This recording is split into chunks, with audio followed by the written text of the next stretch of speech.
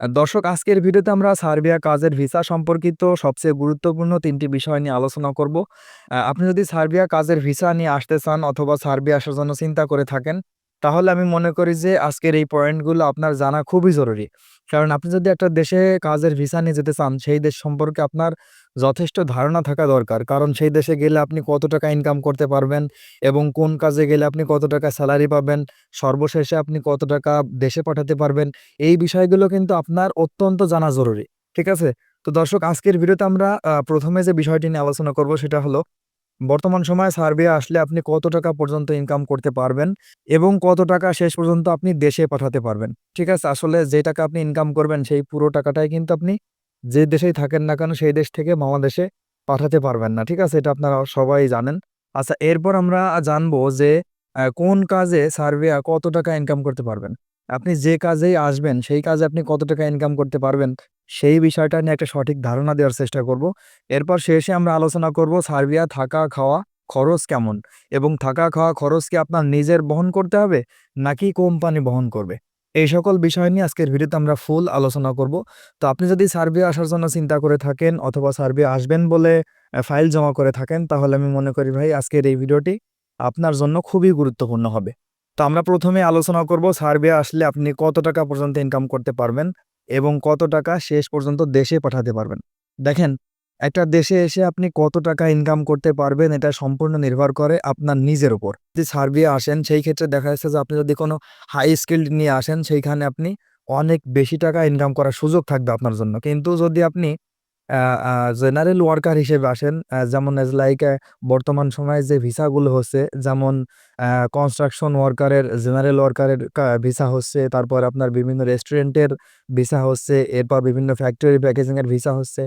তো বর্তমানে যদি আপনারা এই সকল জেনারেল ওয়ার্কার হিসেবে আসেন, সেই ক্ষেত্রে আপনি ন্যূনতম ধরে রাখতে পারেন ৫৫০ থেকে €৬৫০ পর্যন্ত আপনি ইনকাম করতে পারবেন। অর্থাৎ সেলারিটা ৫৫০ অথবা €৬৫০ বেতন পাবেন। সেইখান থেকে আপনাকে যদি কোনো সাপ্লাই কোম্পানি দেয়, তাহলে সেইখানে কিন্তু একটা সেই সাপ্লায়ার আপনার বেতনের থেকে আপনার থাকা, খাওয়া এবং যাতায়াত খরচ বাবদ কিছু অংশ কেটে রাখবে। আর সেইখানে যদি আপনি সরাসরি পার্মানেন্ট কোম্পানিতে আসেন, সরাসরি কোম্পানিতে আসেন, সেইখানে এই সকল সমস্যা থাকবে না।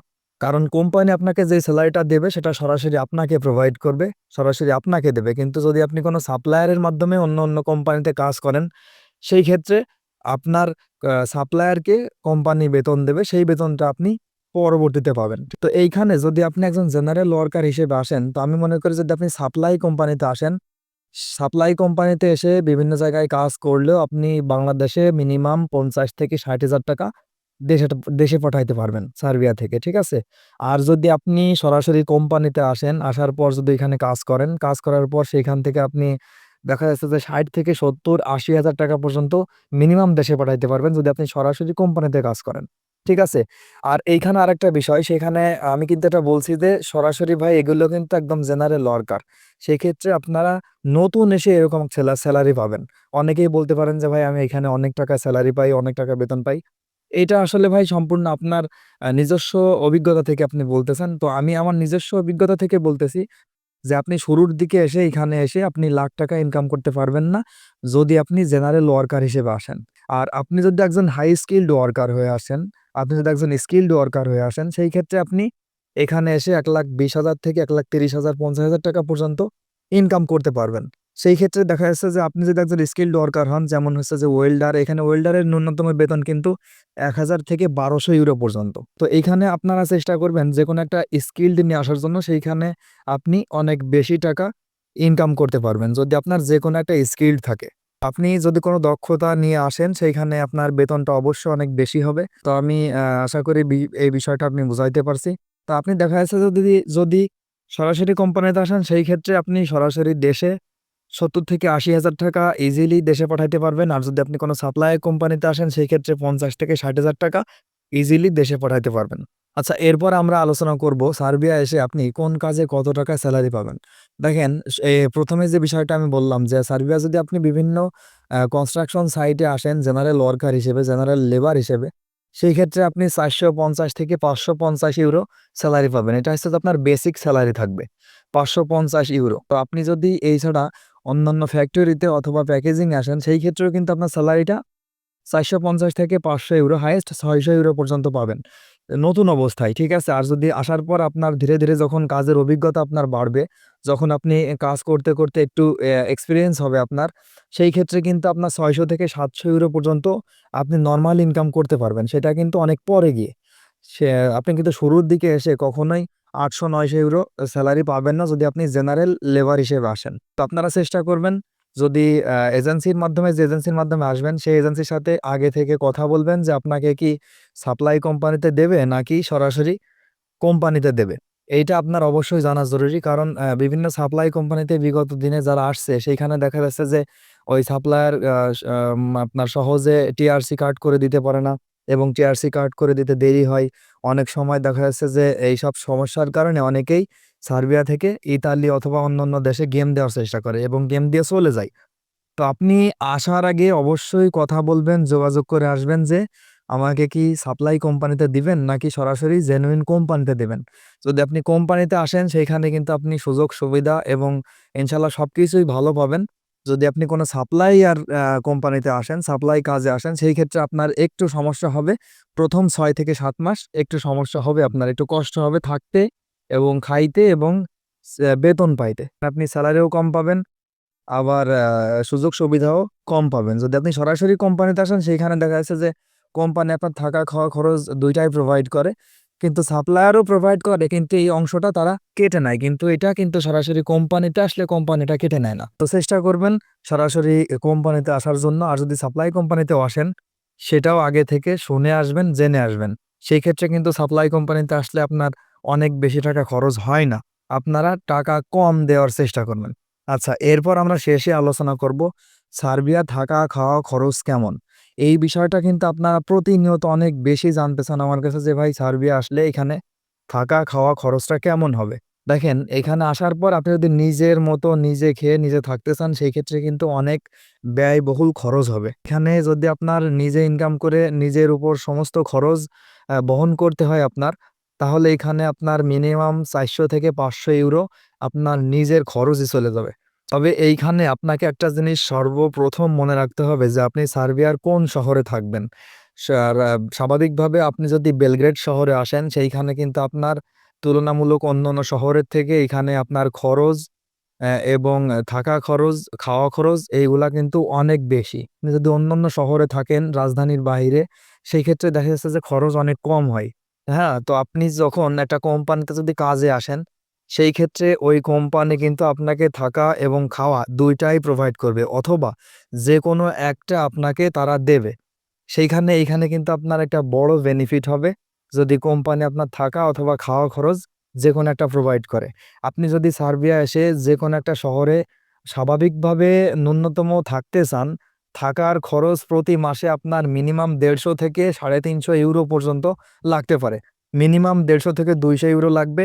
এরপর সর্বোচ্চ কত ইউরো লাগবে এটার তো কোনো শেষ নাই ভাই। আপনি যত ভালো জায়গায় থাকতে চাইবেন, তত বেশি খরচ কিন্তু আপনার এখানে হবে। তো চেষ্টা করবেন আপনি যে কোম্পানিতে আসবেন, ওই কোম্পানিতে থাকার চেষ্টা করবেন। আপনি যদি আদার্স অন্যান্য জায়গায় নিজের মতো করে কাজ করতে চান, সেই ক্ষেত্রে কিন্তু আপনার থাকা এবং খাওয়া এবং ইন্টারনেট বিল সমস্ত খরচই কিন্তু আপনার নিজে বহন করতে হবে। তো এখানে আপনারা অবশ্যই কোম্পানির সাথে ভালোভাবে বন্ডিং রাখবেন, ভালো একটা সম্পর্ক রাখবেন। দেখবেন যে ইনশাআল্লাহ ভাই সার্বিয়া থেকেও আপনি অনেক কিছু ডেভেলপ করতে পারবেন। আর আমরা একটা সমস্যা আমাদের একটা বাংলাদেশীদের একটা ভুল ধারণা সেটা হলো আমরা মনে করি যে হয়তোবা সেনজেন কান্ট্রি হলে অনেক, অনেক ধনী দেশ এবং সেনজেন কান্ট্রিতে গেলেই অনেক বেশি টাকা ইনকাম করা যায় এবং নন সেনজেন দেশে গেলে বেশি টাকা ইনকাম করা যায় না। তো ভাই আমি এইটা আপনাদেরকে বলব যে এটা হচ্ছে যে আপনাদের সর্বোচ্চ একটা ভুল ধারণা। কারণ দেখেন একটা দেশ সেনজেন হইলেই যে সেই দেশে গেলে আপনি অনেক বেশি টাকা ইনকাম করতে পারবেন, বিষয়টা কিন্তু এমন না। একটা দেশ নন সেনজেন তাই বলে যে আপনি একদম কম টাকা ইনকাম করবেন, বিষয়টা কিন্তু ভাই এমনও না।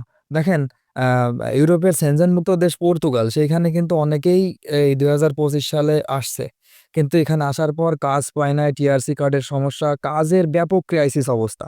সেই ক্ষেত্রে তারা কিন্তু থাকা খাওয়া খরচটাই বহন করতে পারতেছে না। কিন্তু সেটা পর্তুগাল, সেটা একটা ইউরোপের সেনজেনভুক্ত দেশ। সেইখানে গিয়েও কিন্তু থাকা খাওয়া খরচটা বহন করতে অনেক বেশি কষ্ট হয়ে যাচ্ছে। তো সেইখানে কিন্তু আমি বলব যে ভাই ওইটা কিন্তু সেনজেন কান্ট্রি, কিন্তু সার্বিয়া, মেসিডোনিয়া এগুলা কিন্তু একটা নন সেনজেন দেশ। সেইখানে এসে আপনি যদি নন সেনজেন দেশে এসেও যদি মোটামুটি ২-১ বছর থাকার পর ৳১,০০,০০০ পর্যন্ত ইনকাম করতে পারেন, তো আমি মনে করি যে ভাই এটা তো অনেক খারাপ না। সুযোগটা তো একদমই খারাপ না। কিন্তু সেনজেনে গেলে কি ওইখান থেকে আপনি অন্যান্য দেশে সহজে গিয়ে কাজ করতে পারবেন। এই ছাড়া আমার মনে হয় যে অন্যান্য বেনিফিট, যেমন আপনি পরিবার নিয়ে, ফ্যামিলি নিয়ে, স্পাউসদেরকে নিয়ে থাকতে পারবেন। এইগুলা সুবিধা। তাছাড়া যদি আপনি মনে করেন যে না, আমি মোটামুটি অবস্থায় এসে আগে মোটামুটি বুঝি, বোঝার পরে অন্যান্য জায়গায় ট্রাই করব, এটা কিন্তু আপনাদের জন্য অনেক ভালো হবে। তো ভাই আমি এইটাই শেষ কথা না। আসলে সার্বিয়া নিয়ে কথা বলতে গেলে ভাই কথা বলে শেষ করতে পারব না। কারণ আপনারা যারা নতুন করে সার্বিয়ার জন্য জমা করছেন, আপনাদের জন্য একটা ১ম আমি একটা কথা বলতে চাই, সেটা হলো যে ভাই আপনারা যারা নতুন করে আসবেন, আপনাদের কাছে আমার রিকোয়েস্ট, কেউই আসার পর এখান থেকে ১ বছরের আগে গেম দেওয়ার চেষ্টা করবেন না ভাই। আপনি ধরেন যে একটা কোম্পানি যদি একটা এজেন্সি থেকে ১০০ লোক নিতে চায়, সেইখান থেকে যদি ১ম অবস্থায় ১০ জনের ফ্লাইট করে, সেই ১০ জনের মধ্যে যদি ৫ জন পালায়, তাহলে কিন্তু ওই যে বাকি যে ৯০ জন পারমিট পেয়ে বসে আছে, সেই ৯০ জন কিন্তু এই কোম্পানিতে আসতে পারবে না। কারণ এই কোম্পানি আর ওই ৯০ জনকে নিবে না। তো এইটা আপনারা মনে রাখবেন যে ভাই আপনারা এমন কিছু করবেন না যাতে বাংলাদেশে থাকা অন্যান্য ভাইদের কোনো সমস্যা হয়। এটা অবশ্যই আপনারা খেয়াল রাখবেন। কারণ এমন না হোক যে আপনি অপেক্ষায় বসে আছেন, বাকি কয়েকজন গেছে, তাদের জন্য আপনি যেতে পারতেছেন না। তো এইটা আপনারা খেয়াল রাখবেন যাতে ১ বছরের আগে আপনারা গেম না দেন। মিনিমাম ৬ থেকে ৭ মাস ওই কোম্পানিতে থাকার চেষ্টা করবেন। তো দর্শক, এই ছিল আমার আজকের ভিডিও। সার্বিয়া কাজের ভিসা সম্পর্কিত যদি কোনো প্রশ্ন থাকে তাহলে অবশ্যই কমেন্ট করে জানাতে পারেন। আমি ইনশাআল্লাহ কমেন্টের উত্তর দেওয়ার চেষ্টা করব। আর আমার ভিডিও যদি ভালো লাগে তাহলে অবশ্যই চ্যানেলটি সাবস্ক্রাইব করবেন। আর যদি আমার ভিডিও ভালো না লাগে তাহলে অবশ্যই ভিডিওগুলো আপনি এভয়েড করতে পারেন।